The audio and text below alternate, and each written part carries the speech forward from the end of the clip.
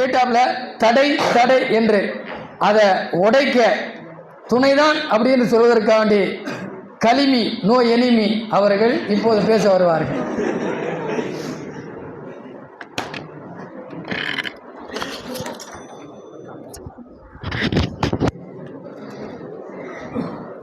அஸ்ஸலாமு அலைக்கும் வரஹ்மத்துல்லாஹி வபரகாத்துஹு. அல்ஹம்துலில்லாஹ் வஸ்ஸலாத்து அலா ரசூலில்லாஹ் மபாத். ஆக ஒரு குறுகிய நேரம் இக்கட்டான ஒரு தலைப்பும் கூட, சோஷியல் மீடியா இன்று மார்க்க ஞானத்திற்கு தடையா துணையா? மறுபடியும் சொல்லணும், ஞாபகப்படுத்த வேண்டியா இருக்கு எதிரணிக்கு. செல்போன்களை இன்று நம் சமுதாயத்தினர்கள் அதிகமாக, செல்போன்களும் சரி சோசியல் மீடியாவும் சரி அதிகமாக பயன்படுத்தக்கூடிய சூழல் இன்று நமது சமுதாயத்திற்கு ஏற்பட்டு இருக்கின்றது. எங்கு பார்த்தாலும் செல்போன். நேற்று பிறந்த குழந்தையிலிருந்து நாளைக்கு சாவ கிடக்கிற கிழமை வரைக்கும் கையில் செல்போன் வச்சிருக்கிறான். அவனுக்கு பேங்க்ல கூட அக்கௌண்ட் இல்லை, இன்ஸ்டாகிராமில் அக்கௌண்ட் வச்சிருக்கிறான். அதுக்கப்புறம் அது மட்டும் இல்லை, பொதுவாக ஒரு ஆனுவல் லீவில் பசங்க ஆயா வீட்டுக்கு போவாங்க. போயிட்டு பாசமா தாத்தா தாத்தான்னு சொல்லிட்டு இருந்தவங்களாம் இன்னைக்கு டேட்டா டேட்டான்னு அலைஞ்சிட்டு இருக்கிறான். இன்னும் நிறைய காமெடி எடுத்து போடலாம், நேரம் இல்லை. இவங்களுக்கு புத்திமதி சொல்லக்கூடிய ஒரு சூழ்நிலை எங்களுக்கு ஏற்பட்டு இருக்கிறது. ஆக சோசியல் மீடியா என்பது இந்த சமுதாயத்திற்கு தவிர்க்க முடியாத ஒரு மூச்சுக்காற்றாக மாறிவிட்டது என்பதில் எந்த ஒரு சந்தேகமும் இல்லை. முன்னாடிலாம் ஒரு காலம் இருந்தது, நாங்கள் காலையில் ஏஞ்சி சுபு தொழுவை போயிட்டு காலையில சிறு வயசுல அறியாத பருவத்துல தொழுவை போயிட்டு தொழுவையில் பள்ளியாசல இருந்து வீட்டுக்கு வரும். வீட்டுல இருந்து எஸ்என்எல் கிதாபெல்லாம் எடுத்துட்டு பள்ளியாசலுக்கு போயிட்டு மக்தபுல ஓத ஆரம்பிச்சிடும். திரும்பி பள்ளி டு வீடு, திரும்பி வீடு டு ஸ்கூலு, ஸ்கூலு டு வீடு, வீடு டு டியூஷன். எங்களை தைரியமா எங்க பெற்றோர்கள் வெளியே அனுப்பிட்டு இருந்தாங்க. இன்னைக்கு காலம் கெட்டு போய் கிடக்குது. பொதுவா குறிப்பா சொல்லணும் அப்படின்னா, பெண் பிள்ளைகளை பெற்றோர்கள் இடத்துல கேட்கணும், தான் புள்ளைய வெளியில அனுப்பிட்டு அவ எங்க இருக்கிறா, யாருக்கிட்ட பேசிட்டு இருக்கா, அவ பத்திரமா இருக்காளா இப்படின்னு சொல்லிட்டு வயிற்றுல நெருப்பை கட்டிட்டு கொண்டு இருப்பாங்க. ஆமாயா, பொம்பளை பிள்ளைய பத்தவங்க வயிற்றுல நெருப்பு தான் கட்டிட்டு இருப்பான். என்ன ஆச்சு ஏதாச்சும் பெருமானார் கூட ஒரு வார்த்தை சொல்லுவாங்க, அல் மர்அத்து அவ்ரத்துன் ஃபைதா ஹரஜத் இஸ்தஷ்ரபஹ ஷைத்தான். அவ வெளியில வந்தானா ஷைத்தான் அவளை வர வைக்கிறான். ஆக அவ வெளியிலும் வரக்கூடாது. பெருமானார் இன்னொரு வார்த்தை சொல்லி இருக்காங்க, தலபுல் இல்மி ஃபரீலத்துன் அலா குல்லி முஸ்லிமின் வ முஸ்லிமத்தின். ஒவ்வொரு ஆணின் மீதும் ஒவ்வொரு பெண்ணின் மீதும் இல்மை கற்றுக்கொள்வது கட்டாய கடமை. நீ வீட்டுக்குள்ளதான் இருக்கணும், ஆனா கல்வியும் கத்துக்கணும் அப்படின்னு சொன்னா, பெருமானார் ஸல்லல்லாஹு அலைஹி வஸல்லம் அவர்கள் சோசியல் மீடியாவினுடைய வருகையை பற்றி முன்னறிவிப்பு செய்ததை போல தெரிகின்றது எங்களுக்கு. ஆக இந்த பாயிண்ட்ஸை நீங்கள் கையில் வைத்துக் கொள்ளுங்கள். சரி, அடுத்து இப்படி கேட்பாங்க, சரி வீட்டு ஓரமா இருக்கிறா, போன் அவ கையில இருக்குது, அவன் என்ன உட்கார்ந்து படிச்சுட்டு இருக்காளா, தீனுடைய கல்வியை படிச்சுட்டு இருக்காளா, உட்கார்ந்து ரீல்ஸ் போட்டுட்டு இருக்காங்க. ஆமா, இன்னைக்கு இஸ்லாமிய பெண்கள் தான் ரீல்ஸ் போடுவதிலும் தனது அலங்காரத்தை காட்டுவதிலும் மிகவும் முன்னணியில் இருப்பவர்கள் பெண்கள் தான். காரணம் என்ன? இது போன்ற நபர்கள், இது போன்ற கயவர்களின் மூலமாகத்தான் அவர்கள் ரீல்ஸ் போடுகிறார். மிகைப்பாக சொல்லவில்லை, இஸ்லாமிய ரீல்ஸுகள் வரும் பொழுது நம்ம அப்துல் ரஹ்மான் மௌலா பட்டக்குன்னு தட்டி விட்டுருவாரு. ஆயத்து வருதா பட்டக்கு, ஹதீஸ் வருதா பட்டக்கு, பயன் வருதா பட்டக்கு, எல்லாத்துக்கும் பட்டக்கு பட்டக்கு தட்டி விட்டு எல்லாம் பட்டக்கு. சையது நிஷா வந்து ஒரு ஸ்டெப்பை போடுறா அப்படின்னா நம்ம ஆளுக்கு அது ஒரு லைக்கை ஒன்று போட்டுருவேன், பட்டக்குன்னு ஒரு லைக்கை. ஆக இதனை கண்டிக்காமல் இதனை போல ரீல்ஸ் போடுவர்களுக்கு லைக் செய்து அரவணைப்பதின் காரணமாக அவர்கள் இது போன்ற ரீல்ஸ்களை போடுகின்றார்கள். இங்கு தலைப்பை திரும்பி ஞாபகப்படுத்த விரும்புகின்றேன். மார்க்க கல்வியை கற்கக்கூடிய பெண்கள் ரீல்ஸ் போடுகிறாங்க அப்படின்னு சொன்னா அவ நிச்சயமாக மார்க்க கல்வியை கற்றுக்கொள்ளக்கூடிய பெண்ணாக இருக்க மாட்டாள். மார்க்க கல்வி கற்றுக்கொள்ளக்கூடிய அந்த பெண்கள் நிச்சயமாக ரீல்ஸ் போட மாட்டாள். நம்ம ஜியாது மோலா பேசும்போது சொன்னாங்க, ஜமால் மோலா நீங்க கட்ஸ் இருந்ததுன்னா உங்க பாஸ்வேர்டை எங்க கிட்ட சொல்ல முடியுமா அப்படின்னு சொல்லி கேட்டாங்க. ஏன் சொல்லணும்? அவனுடைய பாஸ்வேர்டை பார்த்துட்டு உள்ள போனா தவறான விஷயங்கள் மட்டும்தான் இருக்குதுன்ற அவசியம் இருக்கிறதா? அவனுடைய வண்டவாளம் தண்டவாளம் எல்லாம் வெளியே தெரிந்து விடும். அவன் தவறானவன் என்பதன் பயத்தின் காரணமாகவா? அவனுடைய வீட்டு விஷயங்கள் அவனுக்குன்னு சொல்லி ஒரு பர்சனல் ஒண்ணு இருக்கும், அந்த பர்சனல் தெரிஞ்சிடக்கூடாதுன்றதான் ஜமால் மோலா பாஸ்வேர்டு சொல்லாம இருக்கிற. ஆமாங்க, ஏன்னா இப்போ நான் போனை வச்சுக்கிட்டு நாம எதை பேசினாலும் திடீர்னு அது சம்பந்தமா ஆடு வருது. நம்ம ஏதாவது நம்ம அதில் போய் நோண்டலை, சும்மா பேசிக்கிட்டு இருக்கோம், இன்னும் அங்கே போவோமா இது பண்ணுவோமான்ட்டு, உடனே அது என்ன செஞ்சிருது, ஆடு வந்துடுது. சும்மா சோசியல் மீடியா வந்து மாணவர்களினுடைய வளர்ச்சிக்கு, மார்க்க கல்விக்கு தடையானதுன்னு சொல்லிவிடக்கூடாது. எதற்காக இது ஆரம்பிக்கப்பட்டது? யாரோ இங்க பேசும்போது கூட கேட்டாங்க, சோசியல் மீடியாவினுடைய தாரிஃப் என்னன்னு தெரியுமா? அதாவது தாரிஃப் அவங்க சொல்லல, தாரிஃப் என்னன்னு தெரியுமான்னு கேட்டாங்க. ஆனா அவங்க தாரிஃபை சொல்லாமலே போயிட்டாங்க. நானும் சொல்லுவாங்க, நானும் எடுத்து வச்சிருக்கேன். சரி, இது ஆளு சொல்லுவானா சொல்ல மாட்டானா, சும்மா சொல்லிடக்கூடாது. சோசியல் மீடியா வந்து மாணவர்களுக்கு தடை என்பதாக சொல்லிவிடு. இப்போ பெருமானாருடைய காலத்துல முனாஃபிகீன்கள் எல்லாம் ஒரு பள்ளியாசலை கட்டினாங்க. கட்டிட்டு ரசூல்லா வந்து தொழு வைங்க ரசூல்லா வரேன் வரேன் வரேன் வரேன் வரேன் ஒரு காலத்துல பள்ளியாசலை இடிங்கப்பா அப்படின்ட்டாங்க. காரணம் என்ன? கட்டப்பட்டது பள்ளிவாசலாக இருந்தாலும் கட்டப்பட்டதினுடைய நோக்கம் தவறாக இருந்ததின் காரணமாக அது தகர்த்தெறியப்படக்கூடிய ஒரு விஷயமாக இருக்கிறது என்று சொன்னால், சோசியல் மீடியாவினுடைய நோக்கம் என்ன? டு கனெக்ட் இண்டிவிஜுவல்ஸ், மக்களை ஒன்று சேர்க்க வேண்டும். and enabling them to communicate, மக்களை பேச வைக்க வேண்டும். அவர்களுக்கு to share இன்ஃபர்மேஷன்களை, தகவல்களை பரிமாறிக்கொள்ள வேண்டும். ஆக இவ்வளவு ஹலாலான நல்ல நோக்கத்திற்காக ஆரம்பிக்கப்பட்ட இந்த சோசியல் மீடியா என்ற தளத்தை மாணவர்களினுடைய மார்க்கத்திற்கும் வாழ்க்கைக்கும் தடை என்று சொல்வது மடமையான ஒரு வாதம் என்பதை கொள்ளுகின்றேன். அடுத்தபடியாக, ஒருவேளை சரி சோசியல் மீடியா ஹலாலான ஒரு விஷயம், சோசியல் மீடியா மார்க்கத்துக்கு துணையான ஒன்று அப்படின்னு இருந்துச்சுன்னா, என் பெருமானார் ரசூலே கரீம் ஸல்லல்லாஹு அலைஹி வஸல்லம் அவர்களுக்கு அல்லாஹு தஆலா அதனை தந்திருப்பானே என்பதாக பேசும் பொழுது யாரோ ஒருத்தவங்க சொன்னாங்க, சிறந்த உம்மத்தை தந்தான், சிறந்த லுகத்தை தந்தான், சிறந்த ஆளை தந்தான், சிறந்த அஸ்ஹாபுகளை தந்தான், சிறந்த அரபியர்களை தந்தான் பெருமானார் ஸல்லல்லாஹு அலைஹி வஸல்லம் அவர்களுக்கு. ஒருவேளை இந்த சோசியல் மீடியா என்பது சிறந்ததாக இருந்திருந்தால் என் பெருமானாருக்கு அதனை தந்திருப்பான் என்று கேட்டார்கள். யார் தரவில்லை என்று சொன்னால், எனது சஹாபாக்களை பெருமானார் கூறினார், என்னோட சஹாபாக்களை இந்த உம்மத்திற்கு தந்திருக்கிறார். ஏன் என்று சொன்னால், இன்று சோசியல் மீடியாவில் நாம் பார்க்கின்றோம், எல்லா செய்தியும் நம்மளால நம்பிவிட முடியாது. ஆனால் என் பெருமானாரை தொட்டு சஹாபாக்கள் ஒரு செய்தி அறிவித்தார்கள் என்றால் அதனை நம்பாமல் இருக்க முடியாது. ஆக ஒரு சிறந்த பிளாட்ஃபார்ம், சோசியல் மீடியா பிளாட்ஃபார்மாக எனது சஹாபாக்கள் செயல்படுகின்றார்கள். சஹாபாக்களை போய் சோசியல் மீடியா என்று நீங்கள் ஒப்பிடுகின்றீர்களா? அப்பொழுது ஏன் பெருமானார் ஸல்லல்லாஹு அலைஹி வஸல்லம் அவர்கள் முஆத் இப்னு ஜபல் ரலியல்லாஹு தஆலா அன்ஹு அவர்களை யமன் தேசத்தின் பால் அனுப்பணும்? நாம் ஹதீஸ்களிலே படிக்கின்றோம், பஅஸ ரசூலுல்லாஹி ஸல்லல்லாஹு அலைஹி வஸல்லம் முஆத் இப்னு ஜபல் இலல் யமன், யமன் தேசத்தின் பால் முஆத் இப்னு ஜபல் ரலியல்லாஹு தஆலா அன்ஹு அவர்களை பெருமானார் ஸல்லல்லாஹு அலைஹி வஸல்லம் அனுப்பினார்கள். தனக்குள்ளே இருக்கக்கூடிய தௌஹீத் என்ற வாதத்தை உலகமெங்கும் பரப்புவதற்கு சோசியல் மீடியாவாக செயல்பட்டவர்கள் என்ற அருமை சஹாபாக்கள். ஆக கூறினார்கள், கன்னியாகுமரியில் இருக்கக்கூடிய ஜமால் மோலா, ஐசோஸ்ல இருக்கக்கூடிய பஷீர் மோலாக்கு ஹிதாயத்து கிடைக்கலன்னா அவர் கேள்வி கேட்கப்படுவாரா? அப்பொழுது ஏன் சஹாபாக்களை ஸல்லல்லாஹு அலைஹி வஸல்லம் உலகமெங்கும் அனுப்ப வேண்டும்? ஆக நாம் ரசூலுல்லாஹ்வினுடைய வம்சமாக இருக்கின்றோம்.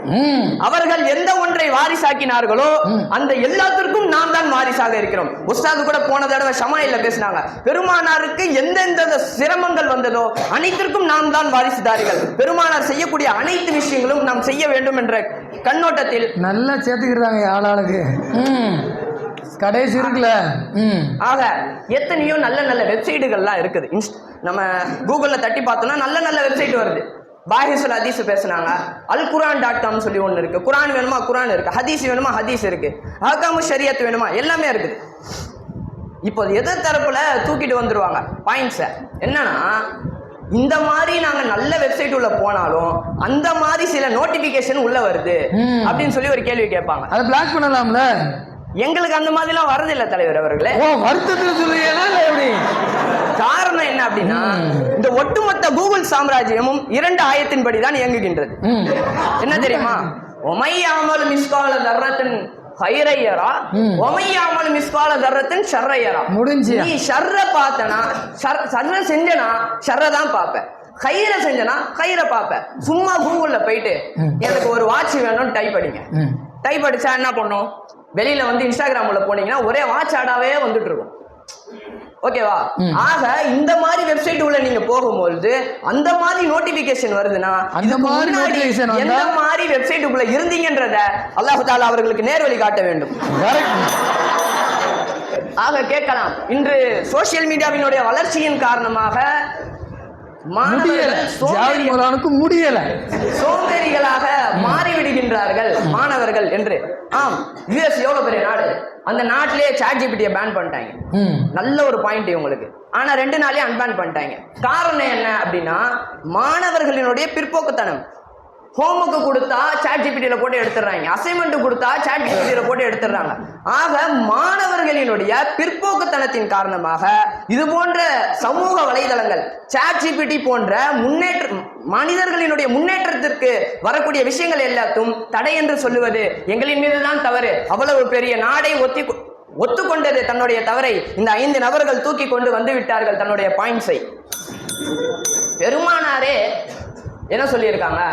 ஆயிஷா நாயகம் ஒரு வார்த்தை சொல்லுவாங்க, இதான் மா ஹய்யர நபி ஸல்லல்லாஹு அலைஹி வஸல்லம் பைன அம்ரைன். 2 விஷயம் பெருமானார் இடத்துல வருது அப்படின்னா பெருமானார் எதை தெரியுமா சூஸ் பண்ணுவாங்களா? இல்லா ஹய்யர ஐஸரஹா, அதுல எது லேசானதோ அதை தான் பெருமானார் ஸல்லல்லாஹு அலைஹி வஸல்லம் அவர்கள் தேர்ந்தெடுப்பார்கள்.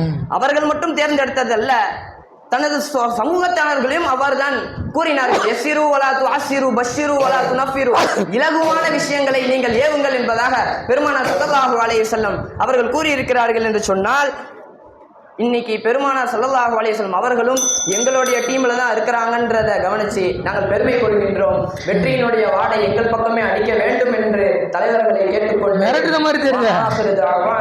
அஸ்ஸலாமு அலைக்கும் வரஹ்மத்துல்லாஹ். வலைக்கும் சலாம். தூக்கி வீசிட்டாரியா, பாயிண்ட் ஃபுல்லாக பேசிட்டு எழுந்துட்டாப்ல, வீசிட்டாப்ல. என்னங்க ஆகுண்டா, நீங்கள் போய் பார்க்குற எதை பார்க்குறீங்க, நீங்கள் எதை பார்க்க அதுதான் வரும், எல்லாமே இதாக இருக்குது அப்படின்னு பல பாயிண்ட் சொன்னாப்புல. அப்போ அந்த சோசியல் மீடியா இன்னைக்கு பார்க்குறோம், படிக்காத பெற்றோர் இருப்பாங்க, சிலதை கேட்டால் தெரியாது. இன்றைக்கி ஒன்றும் இல்லை, என்னென்ன தேவையோ, எந்தெந்த பாட சம்மந்தமாக தேவையோ எல்லாமே இதில் இருக்குது, யூடியூப்பில் இருக்குது. நாமளே இதாக இந்த கொரோனா காலம் நடந்துச்சு, சில மனம மார்சா நடந்துச்சு, இன்னும் சில மார்சாக்கள்லாம் நடக்கலை. ஆனால் என்ன பண்ணாங்கன்னா, அங்கே கூடி இருக்கக்கூடிய உஸ்தாமார்கள் ஒவ்வொரு கித்தாபையும் வீடியோ எடுத்து அதை அப்டேட் பண்ணிகிட்டே இருந்தாங்க. இன்ன வரைக்கும் நம்ம போய் பார்த்தோம்னா எந்த கித்தாப்னாலும் சரி போய் அடித்தோம்னு சொன்னால் அழகாக அந்த ஒட்டுமொத்த கித்தாப் என்ன செய்யுது, பாடமாக இருக்குது. அவ்வளவு துணையாக இருக்கும் பொழுது இதையெல்லாம் தடைன்னு சொல்லிக்கிட்டு நம்மளை வந்து கடாச்சிக்கிட்டு கிடக்காப்புல அப்படின்னு சொல்லிட்டு உட்கார்ந்துருக்காப்புல. இதுக்கு பதிலாக யாரு, தௌஃபீகா, சரி, அப்போ ஹாஃபில் தௌஃபீக் உமர் ஆமீர் அவர்கள் இப்போது என்ன செய்வார்கள், எல்லாத்தையும் துவம்சம் பண்ணுவாப்புல நினைக்கிறேன். பார்ப்போம்.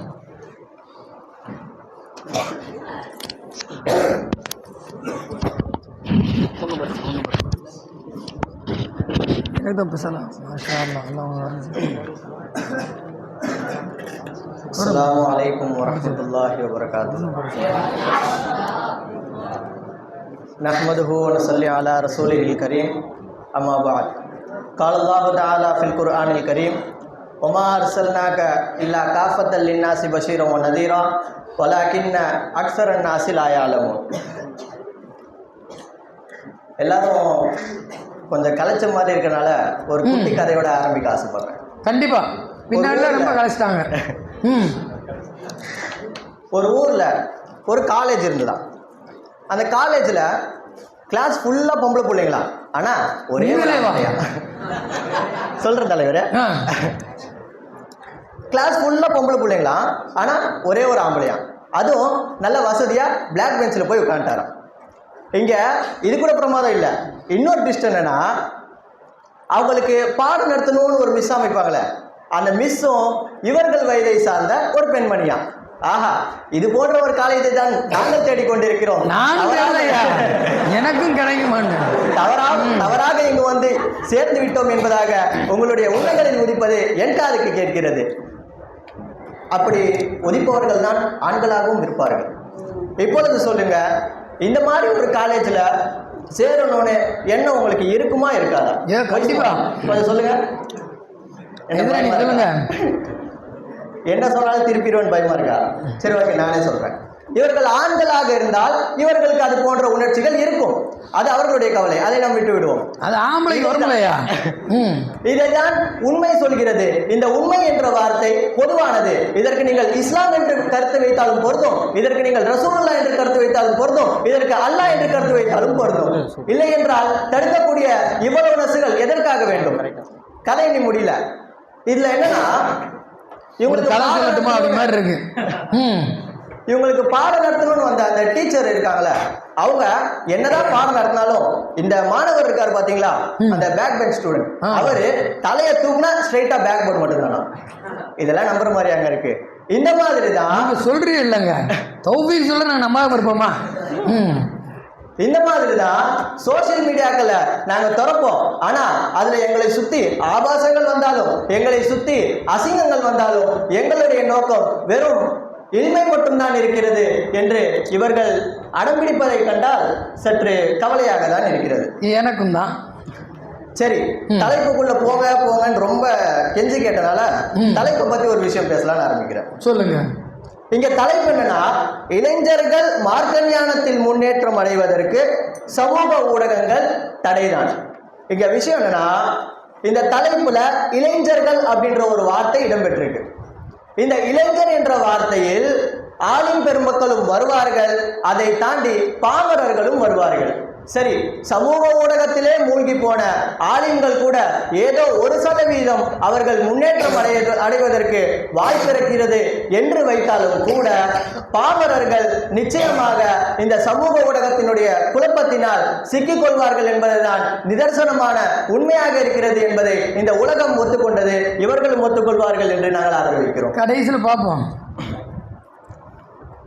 இதுல ரொம்ப பிரமாதமான விஷயம் என்னன்னா, சாட் ஜிபிடின்னு ஒரு விஷயத்த ஆரம்பிச்சாங்க. அவங்களுக்கே சொல்றேன், இந்த சாட் ஜிபிடில முதல்ல அந்த வந்த ஸ்டார்டிங்ல நம்ம பசங்க சரி அதுகிட்ட எவ்வளவுதான் கூவத்து இருக்கு அப்படின்னு பார்க்கலான்ட்டு தலைவன்ட்டு போயிட்டு நீங்க குரான மாதிரி ஒரு வாசகத்தை உருவாக்க முடியுமா அப்படின்னு கேட்குறாங்க. ஆரம்பத்தில் இல்லைங்க என்னால் குரான மாதிரிலாம் உருவாக்க முடியாது, ஆனால் அதுக்கு ஈக்குவலாக இல்லாட்டியும் அதை விட கொஞ்சம் குறைவான ஒரு சில வாசகத்தை உருவாக்குறேன்னு சொல்லிச்சு. அது குரானுக்கு கொஞ்சம் கூட சம்மந்தம் இல்லைன்றது வேற விஷயம். ஆனால் அதே கேள்வியை அது வந்த அடுத்த வாரத்தில் கேட்கும் பொழுது, ஆம் என்னால் குர்ஆன் போன்றும் ஒரு வாசகத்தை கொண்டு வர முடியும் என்பதாக அது ஒரு 10 வாசகத்தை அமைக்கிறது. அதுவும் கொஞ்சம் கூட குரானிற்கு ஒத்து போகாது என்பதுதான் குரானுடைய மோஜிசாவாக இருக்கட்டும். ஆனால் இங்கு பேச வரக்கூடிய மிக முக்கியமான ஒரு விஷயம் என்னவென்றால், சமீபத்தில் நம்முடைய மதர்சாவை சார்ந்த ஒரு மாணவர் இந்த சாட் ஜிபிடியை சோதிக்கலாம் என்று ஒரு முயற்சியை முன்வைத்தார். என்னன்னா, வரலாற்றினுடைய ஒரு குறிப்பினுடைய ஒரு பாதி அதுகிட்ட கொடுத்துட்டு சரி இதோடைய மீதியை நீ கொஞ்சம் கொண்டு வா அப்படின்னு சொல்றாரு. சொன்னவர் இவங்கள மாதிரியான ஆட்களா இருந்தா அது என்ன சொல்லிச்சோ அதை அப்படியே நம்பிட்டு போயிருப்பாங்க. ஆனா விஷயம் என்னன்னா, சொன்னவர் கொஞ்சம் விவரமான ஆளு, தெரிஞ்ச வரலாறு கொடுத்திருக்காரு, அரபி வாசகத்துல கொடுத்திருக்காரு. தோழர் தெரிஞ்ச வாசகத்தை கொடுத்திருக்காரு. தலைவர் என்ன பண்றாரு, அடுத்த செகண்ட் அந்த வரலாறை முடிச்சிட்டாப்ல. சரி முடிச்சிட்டாரு அப்படின்ட்டு உள்ள போய் பார்த்தா கொஞ்சம் கூட அது சம்பந்தமாக இல்லை. டேய் கொஞ்சம் கூட சம்பந்தம் இல்லை, நான் ஒரு வரலாறு கேட்டா நீ ஒரு வரலாறு சொல்றிய, இதை எங்கன்றா எடுத்த அப்படின்னு அதுகிட்ட போயிட்டு ஹவாலா கேட்டா அவர் சொல்றாரு, இல்ல இதை நான் எந்த கிதாப்ல இருந்துலாம் எடுக்கல, நீங்க மேல ஒரு கண்டென்ட் கொடுத்தீங்களா அதை வச்சு நான் கீழே முடிச்சுக்கிட்டேன் அப்படின்னு சாட் ஜிபிடி சொன்னது உண்மை. இவர்களுக்கு ஆதாரம் வேண்டும் என்றால் மன்றம் முடிந்ததும் நான் கொடுத்துட்டு வருகிறேன். ஓ, இந்த அடிப்படையில் இப்போ பயன் குறிப்பு எடுத்திருக்காங்க. இந்த சாட் ஜிபிடி வச்சுதான் இந்த 5 பேர் என்ன செஞ்சிருக்காங்க, குறிப்பு எடுத்திருக்காங்க. தலைவர் விழித்துக் கொண்டார், மக்களும் விழித்துக் கொள்வார்கள் என்பதை. மக்கள் தூங்கி கொண்டிருக்கிறார்கள் முன்னா. அடுத்து தலைப்புக்குள்ள போகலான்னு சொன்னீங்க, ஆரம்பிக்கிறேன். சோசியல் மீடியாக்களினால் அசலில் மார்க்கங்கள் செல்ல வேண்டிய முறையில் செல்வதை தாண்டி அதற்கு பாதகமாக சென்று கொண்டிருக்கிறது என்பதுதான் நிதர்சனமான உண்மையாக இருக்கிறது. கிதாப்களில் கையாடல்கள். இமாம் அபூ ஹனீஃபா ரஹ்மத்துல்லாஹி அலைஹி அவர்கள் ஃபிகுல் அக்பர் என்று எழுதப்பட்ட அந்த ஒரு கிதாபினுடைய அசல் பிரதியில் பெருமானார் ஸல்லல்லாஹு அலைஹி வஸல்லம் அவர்களுடைய புனித பெற்றோர்களை பற்றி எழுதும் பொழுது மா மாத்த அலல் குஃப்ர் என்பதாக வாசகம் அமைக்கிறார்கள். மிக முக்கியமான ஒரு வாசகம். ஆனால் archive.com என்று சொல்லப்படக்கூடிய அந்த ஒரு வெப்சைட்டில் மாத்த அல் குஃப்ர் என்பதாக இடம்பெற்றிருக்கிறது. இவங்க சொன்னாங்க, நீங்க நல்ல ஒரு வெப்சைட்லாம் போய் பார்க்க வேண்டியதானே, ஏன் உங்க கண்ணு வெறும் கெட்ட வெப்சைட்டுக்கு மட்டும் போகுது அப்படின்ட்டு. இந்த இடத்துல நம்ம கவனிக்க வேண்டிய மிக முக்கியமான விஷயம் என்னவென்றால், இவர்களை போன்ற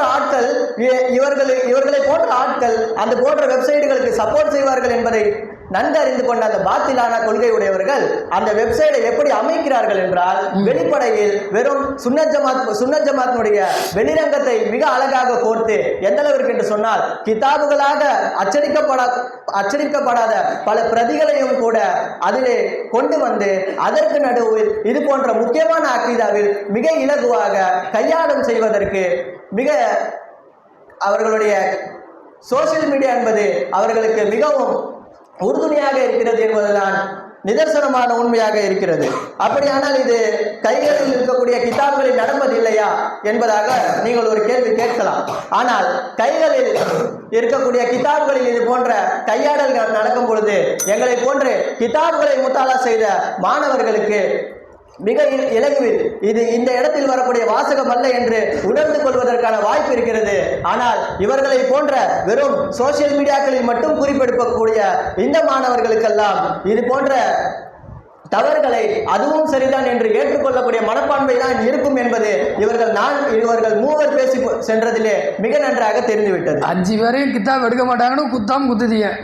இது மட்டும் இல்லாமல் சரி, அப்படியும் தாண்டி உங்களாலேயும் அதை கண்டுபிடிக்க முடியாது. இப்போ நீங்க சொன்ன மாதிரி ஒரு கித்தாபை இவங்க முஸ்தமிலா கொண்டு வந்துட்டா என்னங்க பண்ணுவீங்க அப்படின்னு கேட்டா, அதுக்கு தான் நடுவரை போன்ற மிக வல்லமை மிக்க உஸ்தாதுமார்கள் எங்கள் இடத்தில் இருக்கிறார்கள். அப்பப்போ சீட்டிக்கிட்டே இருக்கீங்க.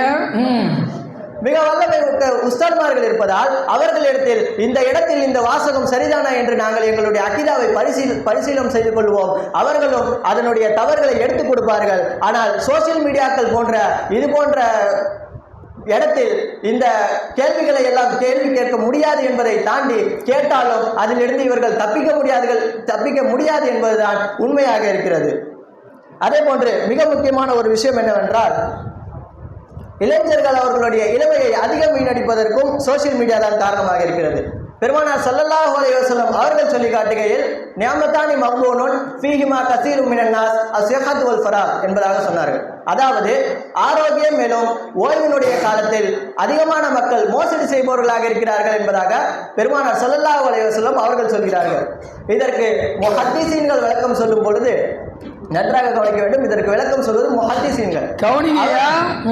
அவர்கள் விளக்கம் சொல்லும் பொழுது இந்த வாசகத்தை இதற்கான விளக்கமாக என்ன சொல்ல வருகிறார்கள் என்றால், வாலிபர்கள் அவர்களுடைய இளமையினுடைய அதிகமான பகுதியை இல்முடைய விஷயத்திலேயும் அமலுடைய விஷயத்திலேயும் கழிப்பதை தாண்டி வீணடிக்கக்கூடியவர்களாக இருப்பார்கள்.